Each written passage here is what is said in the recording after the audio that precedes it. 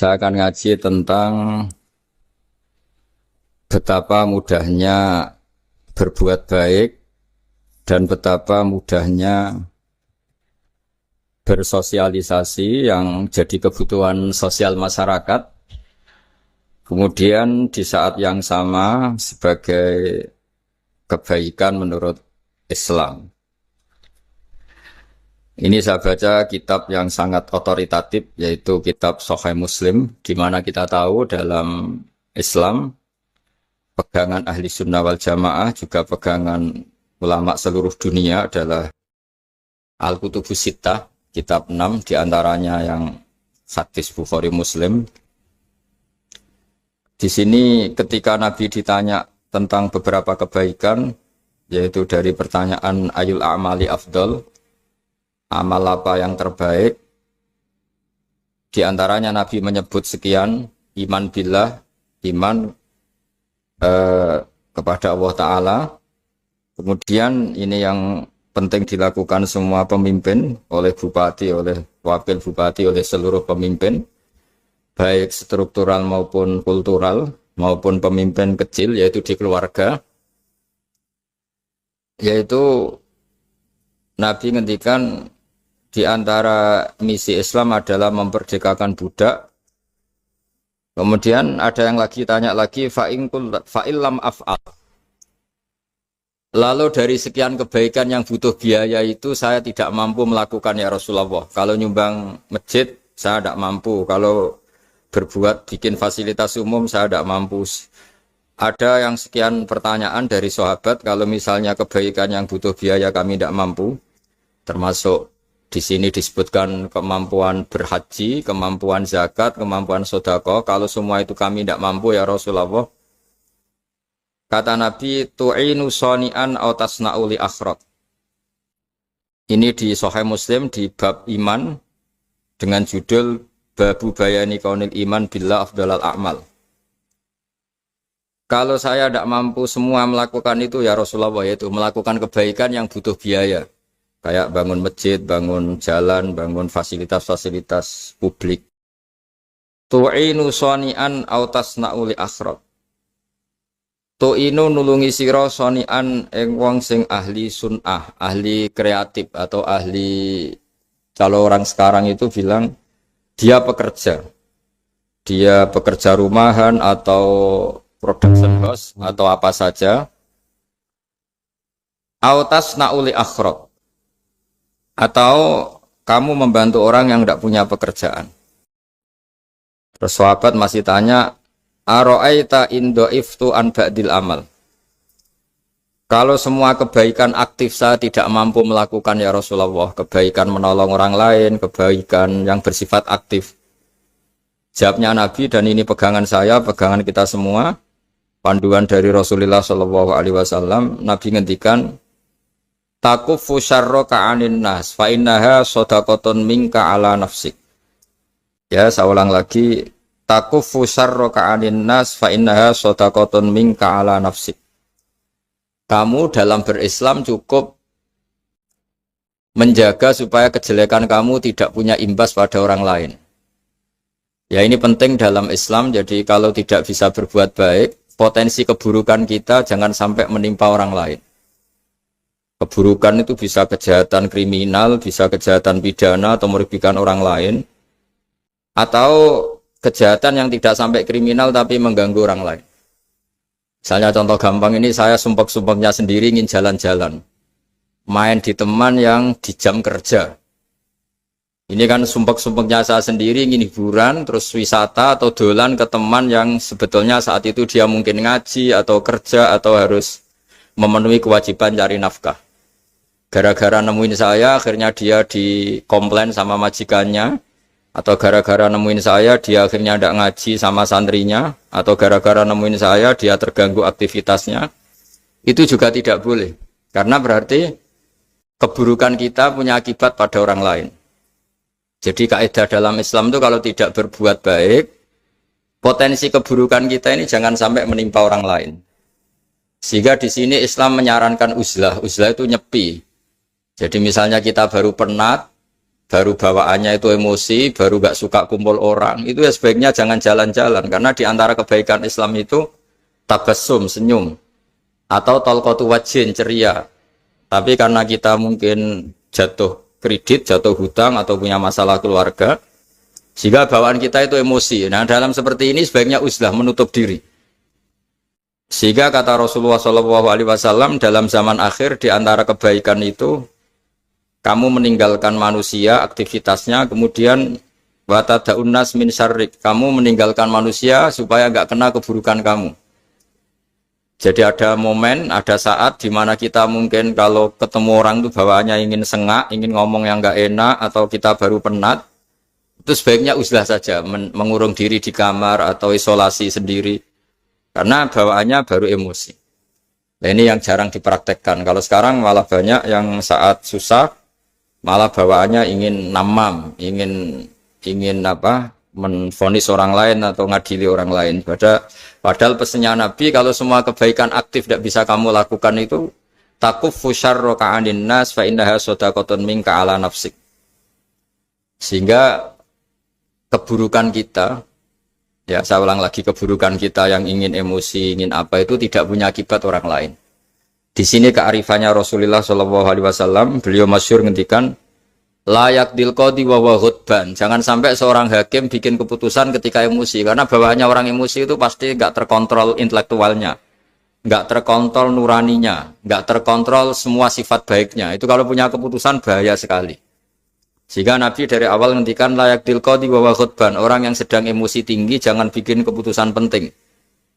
Kemudian oleh ulama diteruskan juga jangan bikin keputusan penting orang yang sangat lapar atau yang sangat kenyang, atau yang sangat ngantuk, atau yang super sibuk. Jadi hal-hal yang potensi buruk dalam mengambil keputusan itu harus ditinggalkan.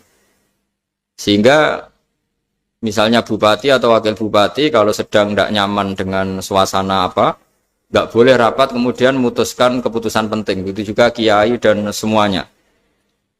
Nah, ini yang supaya otoritatif. Kenapa saya bawa kitab itu logikanya jelas ya. Kita sebagai dai, sebagai ustadz, atau sebagai mubalek, atau sebagai siapa saja, yang ingin kita wariskan ke umat Rasulullah adalah dawuh-dawuhnya Nabi. Dan kalau kita ngaji tidak pakai kitab, itu sebenarnya umat kita jejali dengan pikiran kita, dengan ide kita. Jangan-jangan ide kita, pikiran kita ini tidak mewarisi pikiran Islam, tapi pikiran kita, atau emosi kita. Tapi kalau kita baca kitab, artinya umat ini berhak mendapat apa yang diteladankan dan disabdakan oleh Rasulullah SAW. Tapi kalau kita, itu pasti inginnya itu kita. Misalnya kita Bupati Banyuwangi, mungkin kita akan cerita Banyuwangi dengan asik. Tapi bagi daerah lain, apa urgensinya bagi saya? Begitu juga kalau kita kiai, mungkin kita akan cerita fadhilnya kiai. Tapi bagi orang lain yang keutamaannya jadi pekerja, jadi satpam, jadi guru, jadi pegawai negeri yang adil. Sehingga subjektivitas kita ini akan tinggi.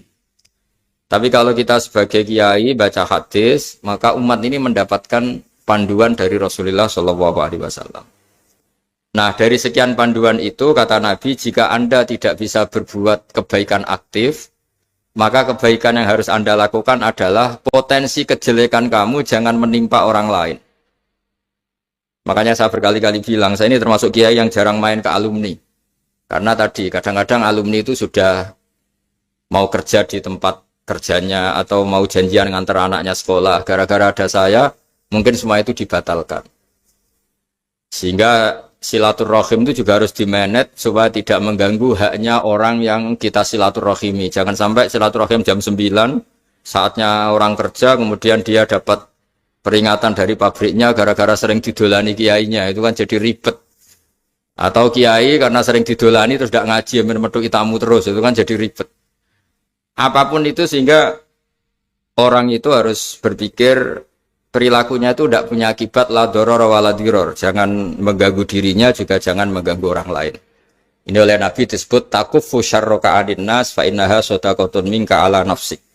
Sifat buruk kamu itu harus dijaga supaya tidak menimpa orang lain, dan itu berarti menjadi sedekah kamu atau amal kamu pada diri kamu sendiri. Jadi ini penting dimaklumatkan ke semua kita bahwa saat kita tidak bisa berbuat baik aktif, misalnya nggak bisa sedekah, nggak bisa menolong orang, setidaknya keburukan kita tidak menimpa orang lain. Nah, termasuk keburukan yang terselubung adalah kita punya pikiran yang menurut kita ini hebat, tapi bagi orang lain mungkin bahaya. Misalnya kita punya pikiran ingin jadi orang kaya raya yang dermawan. Itu artinya kan pikiran baik karena ingin jadi dermawan. Tapi artinya bayangkan orang lain tuh miskin semua butuh derma kamu. Mana mau orang lain kamu bayangkan miskin butuh derma kamu. Orang lain juga bayangkan dirinya kaya gak butuh derma kamu. Itu namanya kebaikan yang subjektif. Kamu ingin jadi kiai yang ngajarin orang banyak. Oke, itu baik. Tapi kan berarti kamu bayangkan orang lain gak bisa ngaji terus kamu saja yang bisa ngaji sehingga kamu yang ngajarin. Ya sudahlah, kebaikan itu udah usah muluk-muluk seperti itu. Jadi apa yang ditakdirkan kita jadi bupati ya jadi yang baik, menolong pekerja-pekerja yang baik. Saya kemarin diceritain banyak oleh Mas Anas aktivitas Pemda Banyuwangi yang menolong banyak orang, juga masyarakat juga saling menolong dan seterusnya dan terusnya. Jadi ini jelas maksud saya supaya bupati dan semuanya pemimpin melakukan kebaikan itu berdasar panduan dari Rasulullah SAW, di mana di antara aturan yang dianjurkan beliau adalah aktivitas kita sebagai manusia adalah tu'inu soni'an au tasna'uli akhraq. Ya, saya ulang lagi, saya ulang teks hadisnya secara lengkap supaya dapat berkahnya Rasulullah SAW. Ada beberapa pertanyaan dari sahabat, ya Rasulullah, jika saya tidak bisa berbuat baik yang berbiaya atau tidak bisa berbuat baik yang aktif, apa yang saya harus lakukan? Nabi ngendikan tu'inu shani'an aw tasna'uli asra. Kamu membantu orang yang bekerja atau kreatif, orang-orang yang kreatif atau pekerja apa saja kamu bantu dan bantu orang yang tidak punya pekerjaan. Terus ditanya lagi, qultu ya Rasulullah ara'aita in dha'iftu an ba'dil amal. Bagaimana kalau itu pun saya tidak bisa ya Rasulullah?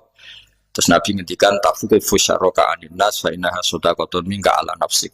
Yang penting keburukan kamu tidak menimpa ke orang lain dan itu bagian dari sedekah kamu. Nah, perlu saya ingatkan ke semua kita lah. Makanya pentingnya membaca umat Islam dengan ilmu ushul fikih. Saya berkali-kali bilang, jika ada seseorang tidur, itu jangan kamu baca sebagai tidur yang meninggalkan tahajud, meninggalkan sholat qiyamul lail, meninggalkan wiridan di malam hari.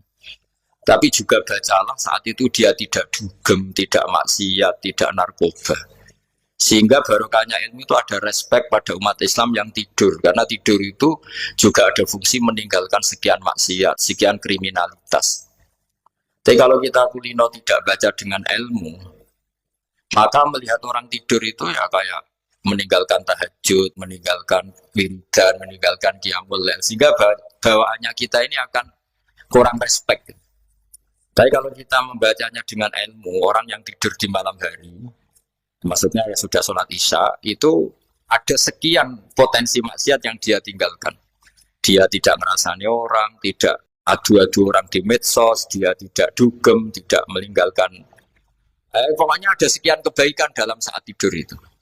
Ini barokahnya ilmu. Tanpa ilmu kita tidak bisa respek seperti ini. Karena bawaannya akan, oh ini malam-malam tidak tahajud, tidak wiridan, tidak apa. Tapi kalau kita dengan ilmu, itu akan membaca dengan tidur, artinya orang tidak maksiat, tidak dugem, tidak ngerasain orang, tidak ngata-ngatain orang. Nah di sini sadaqallahul azim ketika ngendikan wa min ayatihi manamukum billaili wan nahar. Termasuk ayat Allah itu orang tidur. Maksudnya tidur yang dengan dimaknai positif tadi, bisa istirahat, bisa meninggalkan maksiat, bisa apa-apa. Nah ini di sini hebatnya Rasulullah SAW ketika beliau memandu kebaikan. Di antara kebaikan itu apa? Takufu syarroka anin nas fa innaha shadaqatun minka 'ala nafsik. Kamu, potensi buruk kamu atau keburukan kamu jangan sampai menimpa pada manusia, pada orang lain, dan itu bagian dari sedekah kamu. Ya, saya mohon maaf sama Bu Bupati, sama semua Pemda, sama Wakil Bupati karena saya tidak bisa lama-lama. Saya punya wadifah. Tadi ini pun sudah ngurting ngaji saya karena saya harus ikut ngaji di sini. Dan mari sama-sama berdoa. Al-Fatihah. Jadi status gambaan ini kita mantapkan dulu. Jangan ada status lain kita di depan Allah kecuali status kehambaan. Saya punya analogi dan itu saya ulang-ulang karena di antara ciri Quran itu mengulang-ulang sesuatu yang harus jadi pegangan. Saya ulang lagi, di antara ciri Quran itu mengulang-ulang sesuatu yang jadi pegangan. Jika kita belajar ilmu fisika atau ilmu apa saja, maka kita akan bicara materi sesuai statusnya. Jadi kita harus latihan untuk iman kepada Allah. Saya tanpa mengurangi rasa hormat, saya memberi contoh begini ya. Ini jam, materinya dari besi. Ini kertas, materinya ya kertas. Tentu secara fisik, orang akan bilang jam ini lebih kuat timbang kertas. Dan itu pasti dibenarkan dari segi materi.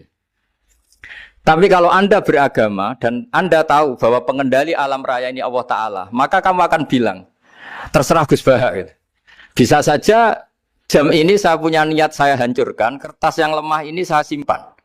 Sehingga jam tangan ini 5 menit lagi saya hancurkan sehingga benar-benar rusak. Sementara kertas ini saya simpan sampai bertahun-tahun awet. Nah, kira-kira seperti itulah ilmu manusia. Sesuatu yang kita sangka kuat, ternyata Allah punya rencana menghancurkan itu. Dan yang kita sangka lemah, ternyata Allah punya rencana untuk mengabadikan itu. Nah, di sini pentingnya iman, lahu maqalidus samawati wal ard. Hanya Allah yang mengendalikan semua. Jadi jangan mentang-mentang kita punya ilmu bahwa materi besi itu lebih kuat timbang kertas, terus kita pastikan bahwa besi lebih awet ketimbang kertas. Kita sisakan satu keyakinan, terserah Allah, terserah pengendalinya. Nah itu agama, bilang terserah pengendalinya itu agama. Ya mungkin tadi aja problem sinyal, saya ulang lagi. Ibarat saya ini megang jam tangan, yang materinya dari besi. Ini kertas yang materinya lemah. Tentu kita akan bilang bahwa jam atau besi lebih kuat ketimbang apa? Kertas. Tapi Anda salah. Anda harusnya ngomong bahwa terserah pengendalinya. Bisa saja saya punya rencana menghancurkan besi ini sehingga 5 menit lagi hancur. Dan saya ingin mengabadikan kertas ini saya simpan di tempat yang aman. Nah kira-kira agama itu bukan anti ilmu. Sehingga agama boleh kamu mengatakan besi ini lebih kuat ketimbang kertas. Tapi harus kamu tambahi dari segi materi. Tapi kalau dari segi pengendalinya maka kita jawab terserah Allah Subhanahu wa ta'ala. Nah ini di sini pentingnya beragama. Jadi meskipun Mars tuh kayak apa kuatnya, bumi, gunung kayak apa kuatnya. Ternyata gunung yang kita kira kuat, ternyata nyimpan magma yang potensi meledak. Yang gunung kecil, yang kelihatan dari pasir kecil yang tidak berdaya, ternyata nggak nyimpan magma, jadi nggak direncanakan untuk diledakkan. Itu, nah agama itu seperti itu, yang disebut di surat Yasin misalnya Allah itu siapa? Biyadihi malakutu kulli, yang dalam kendalinya itu semuanya di alam raya ini. Sehingga di kehidupan nyata juga sama. Ada orang yang nekuni ilmu ekonomi, tapi miskinnya Masya Allah. Ada yang gobloknya Masya Allah tapi kaya. Ada kiai yang punya doa banyak, hidupnya biasa. Yang nggak punya doa kaya. Itu saya pernah baca di sebuah hadis qudsi. Ada riwayat begini. Nabi Musa ketemu Allah ditanya. Limadza kata Allah. Kenapa saya memberi rezeki orang yang bodoh? Mak itu orang yang bodoh sekali. Kadang tak ciptakan dia jadi orang kaya. Dan yang pintar ekonomi kadang tak ciptakan jadi orang miskin. Si Nabi ini tanya, kenapa ya Allah? Supaya dia tahu yang mengendalikan rezeki itu saya, bukan ilmunya dia. Jadi banyak orang, misalnya kita yang pintar, dipekerjakan orang yang nggak pintar. Yang punya pabrik tidak pintar, mengerjakan orang yang pintar. Jadi ya kira-kira agama itu seperti itu. Sehingga dalam kita beragama itu yang paling ditekankan itu tawadhu. Tawadhu itu merasa sopan atau memang sopan betul. Kalau dalam Ihya disebut, sekiranya Anda tidak bisa tawadhu secara rasa, tawadhulah secara ilmu. Saya ulang lagi ya, sekiranya Anda tidak bisa tawadhu secara rasa, tawadhulah secara apa? Ilmu. Karena ilmu itu akan abadi. Saya beri contoh begini. Saya ini kan misalnya kiai di kampung saya atau di kecamatan saya. Saya mungkin bisa merasa hebat karena saya tokoh di sini. Tapi pastikan sebelum ada saya yang bernama Baha ini, agama sudah jalan. Dan di daerah lain yang nggak kenal saya juga agama sudah jalan. Betapa tidak pentingnya saya di kawasan-kawasan yang nggak butuh saya atau di era yang sebelum ada saya. Nah dengan ilmu seperti itu orang pasti tawaduk karena dia tahu daerah yang nggak ada saya ternyata ya ada masjid, ada agama. Periode yang sebelum ada saya juga agama jalan. Sehingga kita tidak kumo luhur, wah kalau nggak ada saya agama nggak jalan. Zaman Wali Songo tidak ada saya agama ya jalan. Ekonomi juga gitu. Kalau Anda pakar ekonomi yang mensejahterakan rakyat, cara tawaduk itu kalau nggak bisa dengan rasa, dengan ilmu. Sebelum ada kamu banyak orang kaya, banyak orang yang nggak kenal kamu juga kaya. Banyak periode yang saat itu udah ada Anda juga kaya. Berarti Anda ini tidak siapa-siapa. Makanya saya pernah didatangin seorang profesor. Ini kisah nyata. Gus, sebetulnya saya dengan bapak saya itu pinter mana. Bapak saya itu udah tamat SD. Tapi saya bisa profesor. Saya ini profesor. Anak saya naik kelas saja sudah senangnya bukan main. Setidaknya ini orang bodoh bisa menciptakan orang pinter. Yang orang pinter kesulitan menciptakan orang pinter lagi. Nah, kalau kita tidak bisa tawaduk secara rasa, tawaduklah secara ilmu. Ikhlas juga gitu, saya sering ngajarkan ikhlas di beberapa kesempatan ngaji. Kalau Anda tidak bisa ikhlas secara rasa, ikhlaslah secara ilmu. Pasti bisa, bukan mungkin bisa, pasti bisa. Secara ilmu. Makanya di Quran disebut fa'lam annahu la ilaha illallah. Ilmu, fa'lam itu dari kata ilmu. Saya beri contoh, saya mulai kecil sampai sekarang. Sekarang saya sekitar umur 50 tahun. Mulai kecil sampai sekarang itu ya bilang kalau kertas ini putih. Itu ya ada yang gaji, ada yang bayar. Tapi saya selalu bilang kertas ini putih. Yang hitam ya saya katakan hitam, yang merah saya katakan merah. Kenapa? Karena itu fakta. Saya ulang lagi, karena itu fakta. Sehingga saya untuk mengatakan putih tidak perlu ada yang bayar. Sehingga ketika kita latihan sholat, latihan ibadah, dan mengakui Allah itu sebagai Tuhan kita akan malu.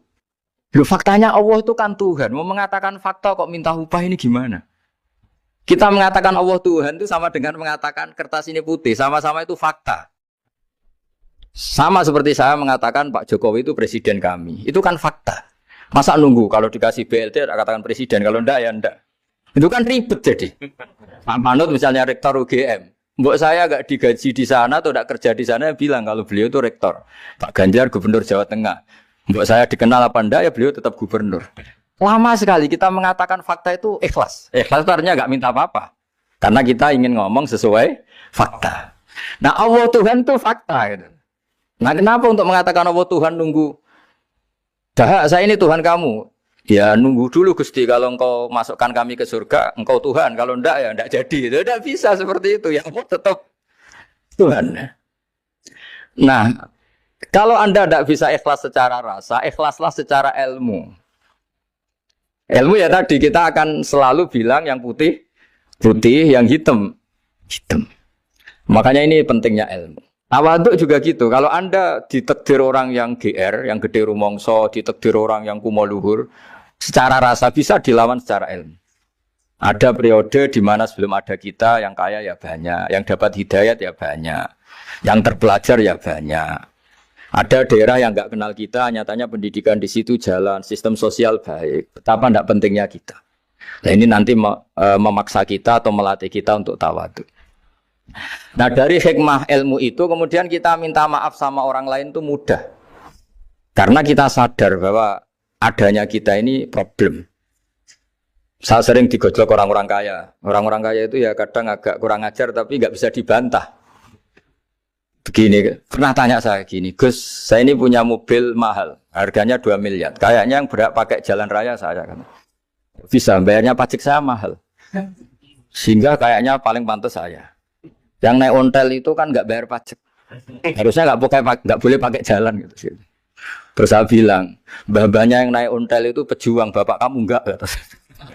Kamu enggak warisnya. Artinya, ada teori dalam kitab hikam itu kitab tasawuf dalam pesantren. Itu kebaikan saja di soal. Misalnya begini, kita ini bangga sebagai urip yang tertib, hidup yang tertib di kantor, di tempat-tempat pekerjaan. Tapi kalau itu semua terjadi, kalau ada kecelakaan di jalan itu nggak ada yang nolong langsung. SAR paling efektif, tim penolong paling efektif itu ya orang-orang nganggur itu. Orang-orang yang di jalan-jalan di perapatan itu kalau ada kecelakaan langsung nolong. Itu nanti ambulan itu yang kedua, ketiga, yang nolong pertama ya orang-orang yang nganggur-nganggur di jalan itu. Ada orang tersesat nolong. Maka ketika seorang sahabat tanya, ya Rasulullah, kalau engkau melarang kita jagongan di jalan, itu kita tidak bisa. Tapi kata Nabi, ya silahkan saja, tapi adu hakot torik, kamu di jalan itu datangkan. Apa itu? Ya kamu bisa amar ma'ruf nahi mungkar. Coba kalau di terminal, di tempat publik banyak orang yang soleh, itu nanti copet ya sungkan. Yang mau jambret ya sungkan, karena yang di situ orang-orang soleh. Nanti yang enggak sholat juga sungkan, karena yang di situ banyak yang sholat. Jadi